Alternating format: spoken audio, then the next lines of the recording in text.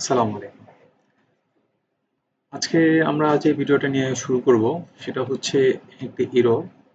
আমরা যখন কোনো মেইল সেন্ড করে থাকি তখন সেই মেইলটি অনেক ক্ষেত্রে সেন্ড হয় না, কিন্তু আমাদের এখান থেকে সেন্ড হয়ে গেলেও রিসিভার সেই মেইলটি রিসিভ করতে পারে।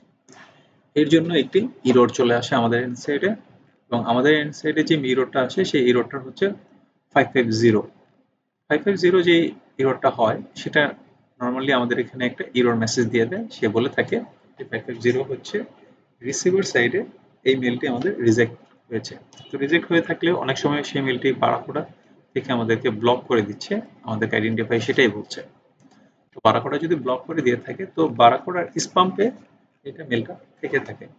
তো আরেকটি বিষয় হচ্ছে, তো এর কারণ হতে পারে হচ্ছে ESP spam filter, blacklist IP, অথবা SPF, DKIM, DMR, DMS, ARC missing, এবং ইমেল কন্টেন্ট ইস্যু হতে পারে।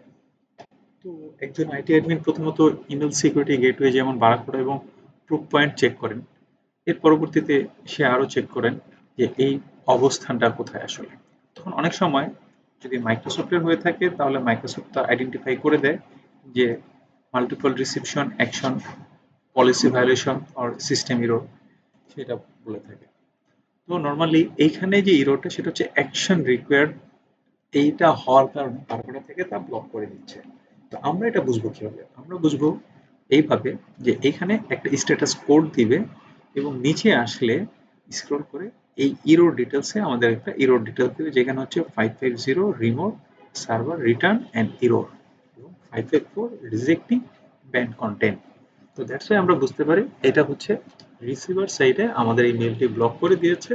আমাদেরকে রিসিভার সাইডে কমিউনিকেশন করতে হবে ওভার ফোনে অথবা হোয়াটসঅ্যাপ বা যে কোনো অন্য কোনো মাধ্যমে কথা বলে জানতে হবে তাদের সাথে যে ইমেলে আমাদের এই মেলটা আমাদের সাইট থেকে সেন্ড হয়েছে, তাদের সাইটে এটা স্পাম্পে বা বারাকোডাতে বা অন্য কোথাও ইমেল সিকিউরিটি গেটওয়েতে ব্লক হয়ে আছে। তাদের আইটি অ্যাডমিনের সাথে কথা বললে তখন এটা প্রথমত রিলিজ করে নিতে হবে, পরবর্তীতে এটাকে হোয়াইট লিস্টে নিয়ে আসতে হবে।